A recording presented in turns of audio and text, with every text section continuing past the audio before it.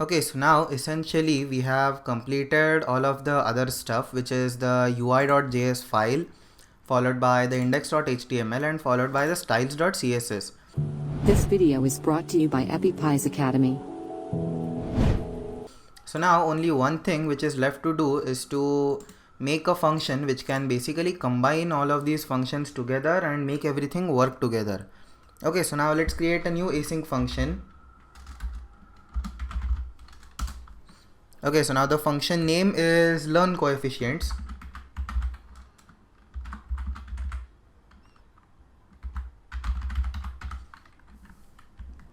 Okay, so now basically learn coefficients will not take any argument. So now basically we have to now tell JavaScript that we have some initial coefficients by which we have to make the training data from. So now let's make a new constant and let's call this true coefficients.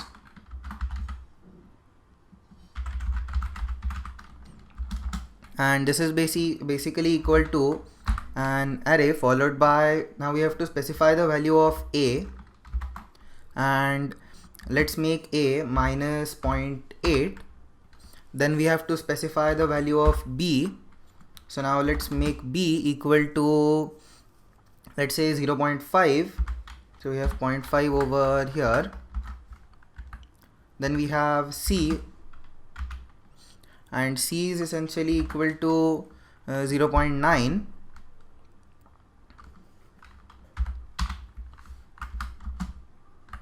Then we have d, which is then equal to, let's make this 0.4. Okay, so basically we have a, b, c and d, which are the coefficients for the x cube, x square, x and the constant term. Okay, so now basically we have to create our initial training data. So a new constant which is the training data,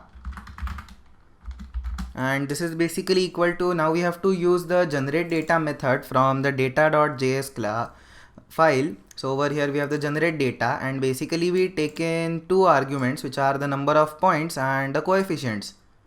Okay, so over here let's first call upon generate data, and generate data over here let's specify an arbitrary number of points, so let's make it 100. And now let's pass on our coefficients. So we have true coefficients over here, and this will essentially create the training data sets for us. Okay, so now basically we have to plot the initial points. So we have created about 100 points in this particular constant, and now we have to plot those points. Okay, so now to do that we have to basically use the render coefficients method from the UI.js class or the UI.js files. Okay, this one, so that we actually are displaying the coefficients, and then on the next line we'll write the code which will actually plot the graph. So we'll have the plot data also. So now to do that we basically have to import the UI.js file. Okay, so now to do that over here let's type in a new import statement, and now inside import basically we have to type in the name of all of our functions. So over here inside UI.js we have plot data, so import plot data, comma, the next function basically is plot data and predictions. So let's copy this, and then we basically have the last function which is render coefficients. Okay, so we have to import all of this from, and now we have basically we have to refer to the UI.js file, and as it is a local file we use the dot. Okay, so dot UI. So with this we have basically imported the functions which we need. And now over here in our learn coefficient function, let's basically start plotting all of the points. And to do that let's call upon the render coefficients method, and now let's look at the render coefficient method, where we actually need a container followed by the coefficients. Okay, so now the container is basically any valid HTML container. Okay, so now to do that, we have to basically pass in a container, and if we look at the index.html file, basically this is where we have to get in all of the data. So we want it to go inside this particular span which has a class of coefficients, and this span is inside the class of data. Okay, so to do that, we'll basically pass in a CSS selector, which basically is hashtag data, which basically refers to the ID of this particular div. Then we have a space followed by dot coefficients. So it is dot coeff. So this basically means every coefficient class inside of a ID which is data. So this basically means this particular span over here. And now we are basically using the render coefficients method to basically plot in the coefficients. Okay, so after this, let's pass in our true coefficients. Okay, and then this basically displays the value of the coefficients, and now we have to basically plot the graph. So let's basically wait until this function is done. So we have the await keyword, and then we have the plot data, because we are initially only plotting points. And now we basically again have to use the data ID over here, and now we have defined some different class over here. So the class is plot. Okay, so over here we have hashtag data and we have dot plot. And then basically let's look at the parameters over here. Okay, so if we look at the UI.js, so we basically have the XS and the YS values. Okay, so over here let's go back, and we have a variable called as training data. So let's use that. So we have training data dot XS, and then we have training data dot YS.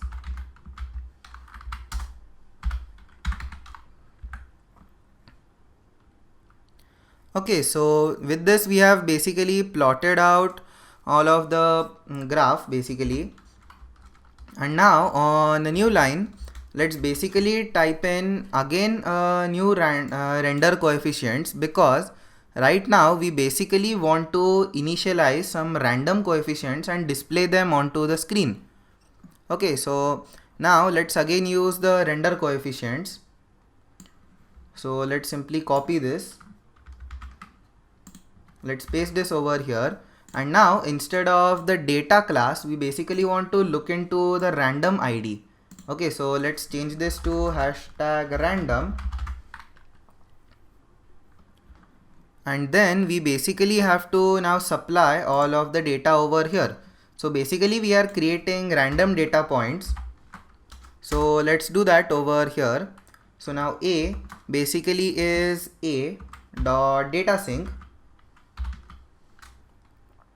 So now data sync is a method in JavaScript, and we basically take in the first element because it returns an array. So let's put a comma after this. Let's copy this. So this is B, C and D. So now let's change the values. So this is B, C, and over here we basically have a D, and we have a D over here as well. Then we have a C, and we have a B over here. Okay, so with this we have basically passed in some random coefficients over here, and then now we have to basically plot the data and predictions in this case. Okay, and before we do that, we have to basically get the predictions. So we have to get the initial random predictions. Okay, so let's create a new constant, and this is basically, let's call this initial predictions. So this is initial preds, and this is basically equal to, now we have to use the predict method which we have built over here, which takes the value of x and gives out the value of the function. So let's use predict over here, and in predict we basically pass on the training data and we pass the XS values. So we have training data dot XS, and then now let's plot the initial predictions and the points as well. Okay, so now let's call upon the plot data and predictions.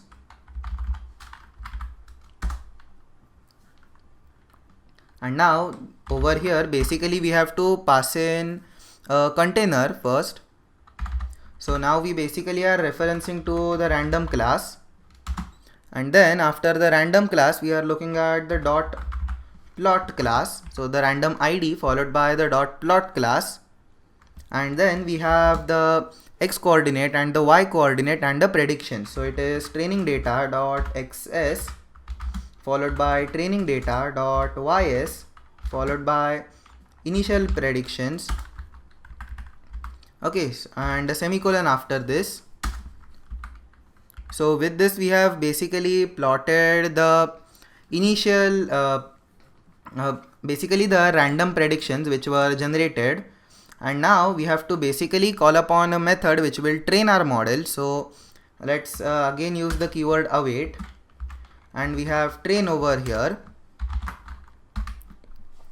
and now we basically have to pass in 3 parameters, which is the x coordinate, the y coordinate and the number of iterations. Okay, so we have x, y and number of iterations.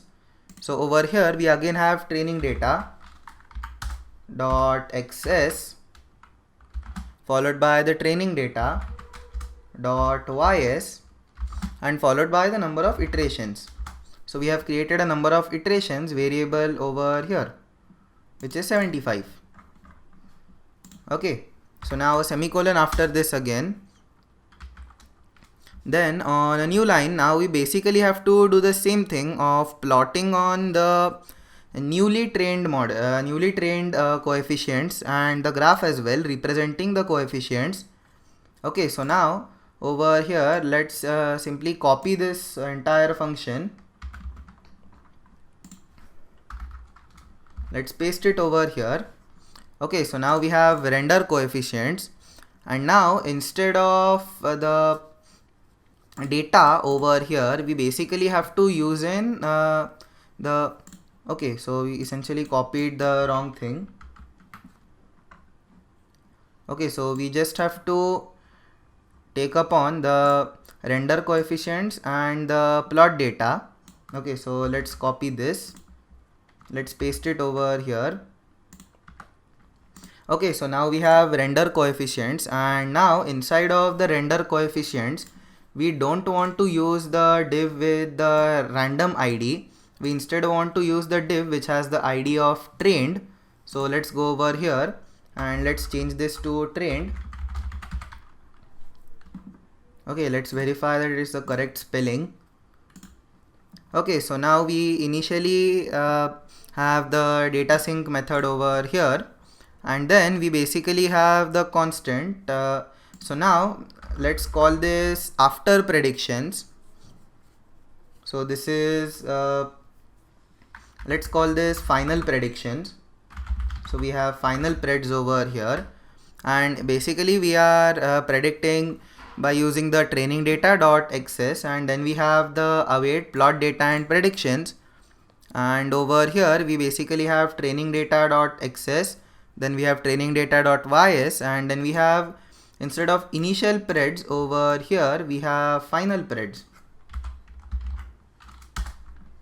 Okay, so with this up till now we have basically plotted the initial data, then we have plotted the random data with the graph overlaid on it, then we have plotted the final data over here, and now we basically have to release the objects which we have created up till now. Okay, so let's basically release these two objects. So over here we basically have initial preds dot dispose, and then we have final preds dot dispose. Okay, so with this we have basically created the final function which combines all of these functions together And now all that we have to do is we have to simply call upon this particular function. So now to do that, let's simply type in learn coefficients and let's call upon the method. Okay, so now when this particular JavaScript file runs, it looks through all of these functions, and finally this is the line which starts the working of all of these functions. Okay, so with this, first of all, give yourself a pat on your back because you have successfully created the coding part of this particular equation finder project. And now all we have to do is we have to proceed towards the part where we actually run everything. And there are quite some steps to do that as well.